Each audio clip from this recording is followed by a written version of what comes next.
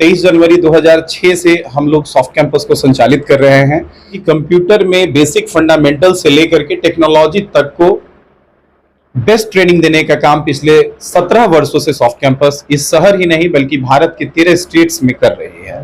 दिल्ली में हमारा हेडक्वार्टर हुआ इसका, मुजफ्फरपुर में इसका ब्रांच ऑफिस है। हमारा एक जो डोमेन है softcampus.online, जिसके माध्यम से हम लोग बहुत निगोशिएबल रिसोर्स पे मतलब इकोनॉमिक के बच्चों को कंप्यूटर की शिक्षा देंगे अभी, और उसी के भावना से हम लोगों ने आज softcampus.online को लोगों के लिए समर्पित किया है। softcampus.online का जो वर्क होगा वो कंप्लीटली जो बच्चे, हमारी एक कोशिश है कि जब बच्चे को आज के डेट में फोन अच्छा लग रहा है तो क्यों ना हम फोन में ही कुछ ऐसी व्यवस्था करें जिसमें उसका फोन का भी यूटिलाइजेशन हो जाए और उसके काम का भी कुछ चीज आ जाए। न्यूज के प्रायोजक है अफजल फर्नीचर।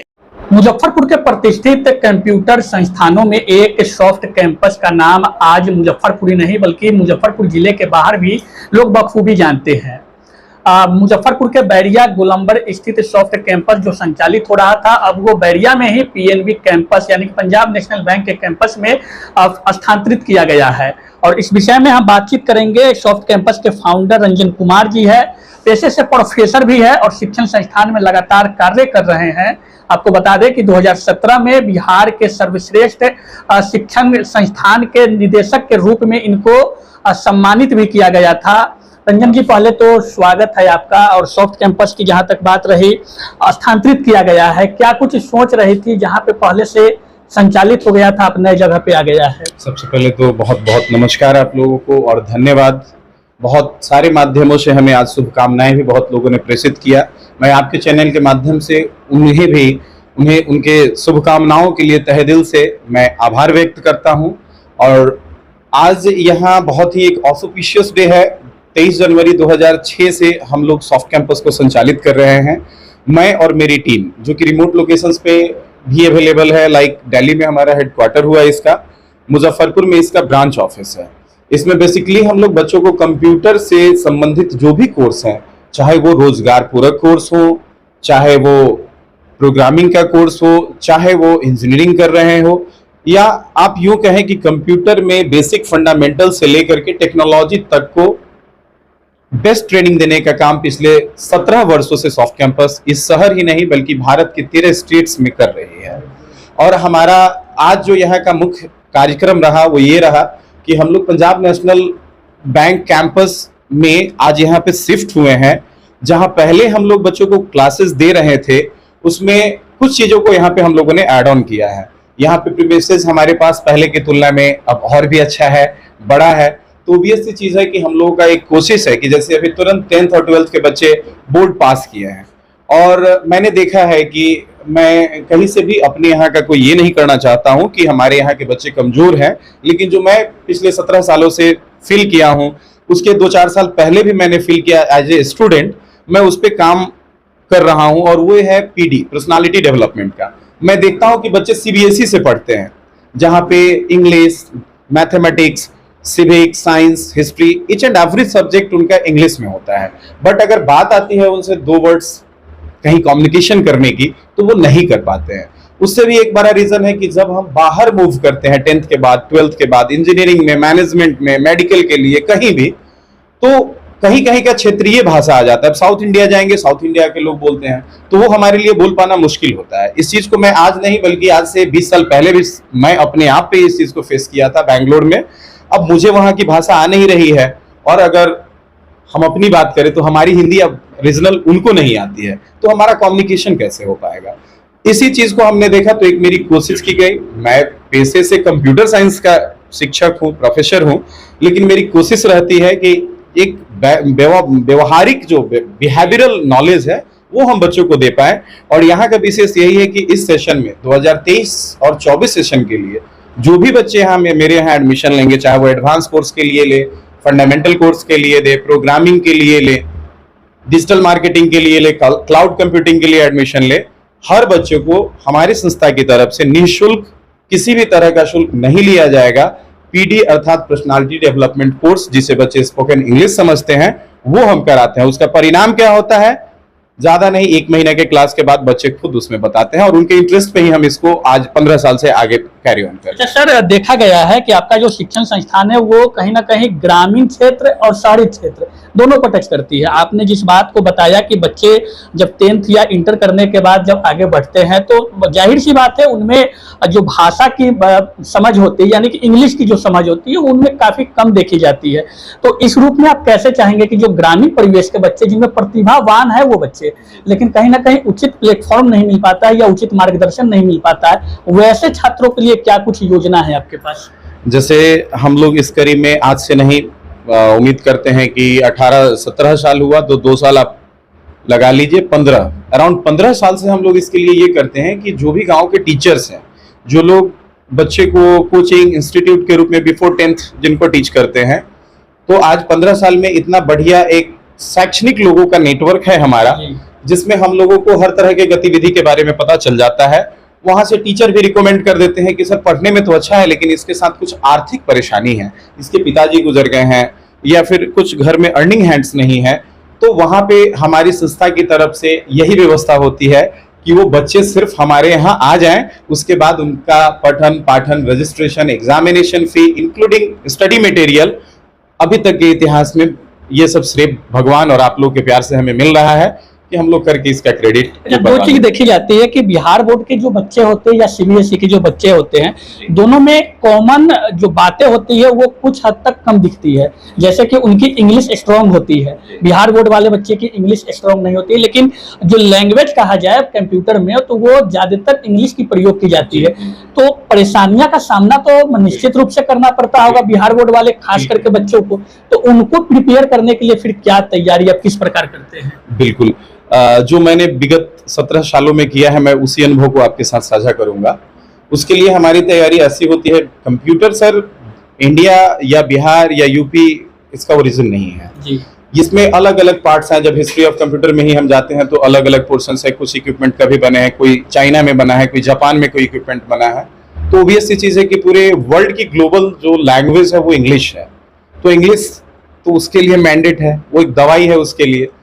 और हम कहीं ना कहीं अगर इस चीज को नहीं समझे तो हम काम क्या करेंगे, क्योंकि भाषा का प्रयोग, जब what is language, language is the communication skill, तो अगर हम कम्युनिकेट ही नहीं कर पा रहे हैं तो काम करने का कोई सवाल ही नहीं होता है। तो हमारी स्ट्रैटेजी ये रहती है कि मैं उन बच्चों को कंप्यूटर का क्लास तो देता ही हूँ, उसकी बाध्यता है कि इंग्लिश में पढ़ाना है, उसको हम लोग लाइन बाय लाइन उसको फिर क्या करते हैं कि ब्रेक कर देते हैं, इजी रीडेबल उनके लैंग्वेज के अकॉर्डिंग। उसके बाद क्या करते हैं कि वीकेंड में उसी शब्दों पे आधारित कुछ स्टोरी राइटिंग कराते हैं, उस स्टोरी को फिर उनसे ग्रुप में बोलने का काम कराते हैं, ताकि उन बोलने के लिए बोलना पड़ेगा।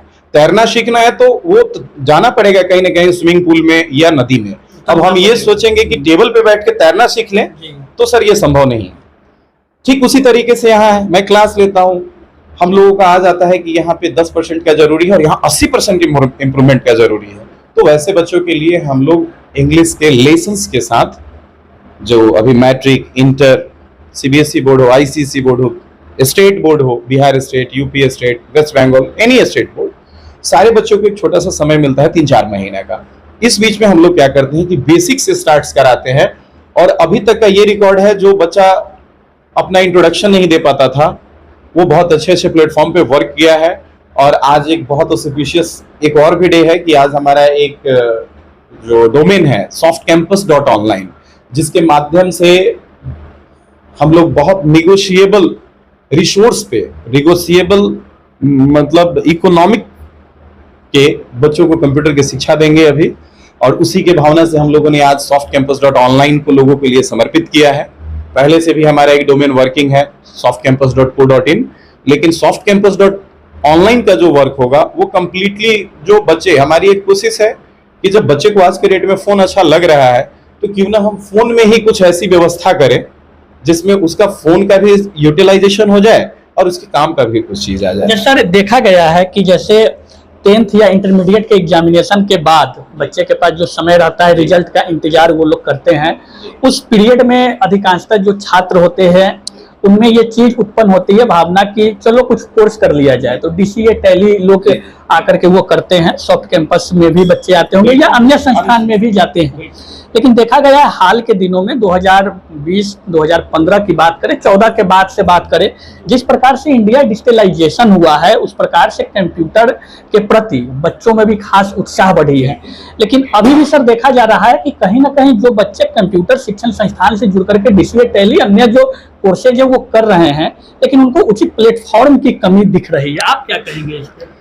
सर सबसे बड़ी चीज यहाँ पे है, मैं एक एकेडमिशियन होने के नाते ये बात मैं आपसे शेयर कर रहा हूँ, जो एजुकेशन सिस्टम का स्ट्रक्चर है अपने यहाँ उसका कोई स्टैंडर्ड नहीं है, और इसके लिए कौन दोषी है, क्या रीजन है, मैं इस पे चर्चा नहीं करना चाहूंगा। इसमें कुछ बदलाव कैसे किया जा सकता है मैं इस पे जरूर एक्सप्लोर करना चाहूंगा। यहाँ होता क्या है कि किसी का कोई मापदंड नहीं है, कोई अगर कोचिंग खोलना चाह रहा है तो उसके लिए किसी तरह का कोई मापदंड नहीं है। अगर आपके पास पैसे हैं, आप रिसोर्स लगा सकते हैं तो आप खोल लिए। अब आप उसको उस सब्जेक्ट की नॉलेज कितनी है, यही रीजन है सर कि आज कहीं भी अगर जहां अच्छे ट्रेनर नहीं हो, क्योंकि ट्रेनर अगर खुद ट्रेंड नहीं होंगे, अब 6 महीने के कोर्स को करके कोई 6 महीने के कोर्स को ऑपरेट करेगा तो स्वाभाविक है कि उसका जो भी तरीका है या फिर उनका जो आप यूं कह लें कि जो जानकारी है वो उतना ही उसको प्रोवाइड करा पाएंगे। तो इसमें चाहिए कि किसी भी तरह से मैं आपके चैनल के माध्यम से अपने बुद्धिजीवी वर्ग के लोगों को और इंटेलेक्चुअल्स जो भी हमारे एकेडमिशियंस हैं, मैं चाहूंगा एटलीस्ट ऐसा तो जरूर कुछ होना चाहिए कि जिससे ये पता चले कि अगर हम कंप्यूटर पढ़ा रहे हैं या मैथ्स पढ़ा रहे हैं तो सही में हम उसके कैपेबल हैं भी या नहीं, तब ज्यादा। क्योंकि बच्चे सर आते हैं, बच्चे तो व्हाइट बोर्ड है, उनपे आप जो ब्लू ब्लैक से लिख दोगे वो मान लेंगे। डिजिटलाइजेशन के बाद आपको लगता है कि कंप्यूटर संस्थान की कोर्सेज करने के बाद बच्चों को उचित प्लेटफॉर्म मिल रहा है, उस तरह की जॉब्स वगैरह की प्रावधान आपको दिखती है? बिल्कुल। अभी अगर मैं बात करूं तो cloud computing, data science, artificial intelligence, आज इन्हीं का जमाना है सर। और पहले ऐसी बात होती थी कि आप बीटेक हैं, एमसीए हैं, बीसीए हैं, तभी आप कंप्यूटर क्षेत्र में जा सकते हैं। आज ऐसी कोई अवधारणा नहीं है। आज है कि अगर आपके पास नॉलेज है, अगर आपकी प्रोग्रामिंग स्किल अच्छी है, व्हाटएवर, अगर आपकी डिग्री 10th है, आपकी डिग्री 12th है, तो जैसे हम लोग एक संस्था चला रहे हैं, हम लोग के पास भी सॉफ्टवेयर डेवलपमेंट, वेबसाइट बनाने का ऑर्गेनाइजेशन है। पिछले 17 साल से इसको भी हम लोग रन कर रहे हैं। बहुत सारे अच्छे अच्छे प्रोजेक्ट हमारे आज के भी डेट में लाइव है, जिसमें हमारे कंपनी के लोगों ने भी काम किया और हमारे स्टूडेंट्स ने भी काम किया है। तो यहाँ पे आपको थोड़ा सा ये देखना होगा कि क्वालिटी एजुकेशन के लिए एक बार कैपेबिलिटी चेक किया जाए कि जो योग्य हो उन्हीं को स्थान मिले, ताकि जो कहीं से आकर के वहां चले जाते हैं उनके साथ कुछ गलत ना हो। काफी लंबा संघर्ष रहा है और सॉफ्ट कैंपस के द्वारा आप खुद कह रहे हैं कि 17 सालों से ये संबंध आपका है, फाउंडर भी आप हैं, कई अवार्ड भी अपने झोली में लेते आए हैं। आगे क्या प्रयोजन है? चूंकि 10th और इंटरमीडिएट के एग्जामिनेशन के बाद बच्चे का भी एडमिशन कहीं ना कहीं आपके संस्थान में होगी, तो क्या कुछ नया करना है ताकि संस्थान का भी शिखर पे नाम हो और आपका भी नाम हो और बच्चे का भी कल्याण हो? बहुत बहुत अच्छी भावना है आपकी। मैं चाहूंगा कि जो सुमुख आपसे ये बात निकला ये पूरा हो। अभी हम लोग की स्ट्रैटेजी ऐसी है कि मैं अभी हाल में आपसे चर्चा की है कि सॉफ्ट कैंपस सिर्फ बैरिया में नहीं है, सॉफ्ट कैंपस में ब्रांच ट्रांसफर की भी फैसिलिटी है। भारत के, इंडिया के 13 स्टेट्स में हम अवेलेबल हैं और हमारा हेडक्वार्टर लक्ष्मी नगर में हुआ, दिल्ली में। हम लोग अभी काम ये कर रहे हैं जो बहुत दिन, I hope before a quarter, हम लोग इस प्लेटफॉर्म पे काम कर रहे हैं कि पैसा बच्चों के लिए कोई मायने ही नहीं रहेगा और ना डिस्टेंस मायने रहेगा। आने वाले इस क्वार्टर में हमारी परियोजना softcampus.online के माध्यम से यही है कि मैं कहीं भी रहूं, मेरे से ही, मेरे द्वारा पढ़ाया गया कंटेंट भारत के हमारे जितने भी ब्रांच है सॉफ्ट कैंपस के, या फिर कोई बच्चे फ्रीलांसर में भी उस कोर्स को करना चाहते हैं तो वो उसको कर ले, और वहां हमारा किसी भी तरह का कोई फी, एडमिनिस्ट्रेशन, रजिस्ट्रेशन, स्टडी मटेरियल कुछ नहीं होगा। ये एक हमारा प्रयास है जो मैं 2014 से कर रहा हूं डिजिटल इंडिया के लिए। सर, क्या कुछ कहेंगे दर्शकों को इस नए स्थान पे आने के लिए, किस प्रकार आप तक पहुंच पाए? जगह को एक बार हम चाहेंगे कि आप दर्शक को बता दें। मैं आप सारे लोगों को आमंत्रित करता हूं कंप्यूटर से संबंधित कोर्स के लिए, सॉफ्टवेयर, वेबसाइट, मोबाइल एप्लीकेशन संबंधित किसी भी तरह के काम के लिए। हमारा पता पहले वाला ही है, हम बैरिया गोलंबर पे ही हैं। बस एक थोड़ा सा फासला है कि पहले फर्स्ट बिल्डिंग में थे, अभी बस उस बिल्डिंग के राइट साइड में आ गए हैं। जिस बिल्डिंग में अभी हम लोग शिफ्ट हुए हैं उस बिल्डिंग का identification Punjab national bank campus है, उसी बिल्डिंग में पंजाब नेशनल बैंक अवस्थित है, जो कि बाहर मेन रोड से दिख जाता है। आप वहां से आएंगे, आपको ऑफिसेस दिख जाएंगे। और जैसे हम पहले, ये नया तो आज हम लोग खोल नहीं रहे हैं, जैसे सुबह 7 बजे से शाम के 6 बजे तक का जो शेड्यूल था हमारे क्लास का, वो चलता रहेगा। एडमिशंस, रजिस्ट्रेशंस हमारा ओपन है। क्लासेज इस सेशन का हम लोग यहाँ 3 अप्रैल से शुरू कर रहे हैं। जो भी आएंगे सारे लोगों के लिए निःशुल्क कंप्यूटर साक्षरता के साथ साथ एक जो मेरी दिली ख्वाहिश रहती है कि हमारे यहाँ के बच्चों का भी नाम हो, वो भी बोले। बिहारी शब्द संबोधन हम भी बोलते हैं तो लोग हमें मानते ही नहीं है कि आप बिहार से हैं, तो हमें आधार कार्ड निकाल के दिखा देता हूँ कि नहीं भाई, मेरा घर कहीं भी हो लेकिन मैं वहीं का हूँ, तुम मानो। तो मैं यही चाहता हूँ कि मैं भी कुछ बच्चों को बनाऊं, एक रंजन सर नहीं कुछ और रंजन निकले। और जितना आप लोगों ने हमें सम्मान दिया, प्यार दिया, सहयोग दिया, अब यहाँ से मिले, इसी भावना के साथ आज हम लोग शुरू कर रहे हैं। क्योंकि अब एक लंबा समय हुआ, मैं चाहता हूँ गाइड करूं और ये लोग करें। तो रंजन जी थे, सॉफ्ट कैंपस के फाउंडर है, और इनका साफ कहना है कि पैसा बाधक नहीं बनेगा बच्चों के पढ़ाई में, खास करके कंप्यूटर के शिक्षण में। तो कहीं ना कहीं जो सॉफ्ट कैंपस लगातार ये रन कर रहे हैं पिछले 17 वर्षों से, बैरिया में ही अवस्थित है, लेकिन थोड़ा सा स्थान बदल दिया गया है। बैरिया पीएनबी कैंपस में अब सॉफ्ट कैंपस जो है वो स्थानांतरित कर दिया गया है। और आप 3 अप्रैल से क्लास शुरू होगी। नई जो बैच है उसके लिए रजिस्ट्रेशन और जो भी प्रक्रिया है वो आप आकर के यहाँ पे फॉर्म पूरा कर सकते हैं। वीडियो बताइएगा देख करके कि आप दर्शक क्या सोचते हैं इस विषय में, और इस माध्यम से कंप्यूटर शिक्षण संस्थान में आगे की भविष्य क्या हो सकती है बच्चों के लिए, और सर के बातों से कितना संतुष्ट है वो कमेंट में जरूर बताइएगा। धन्यवाद।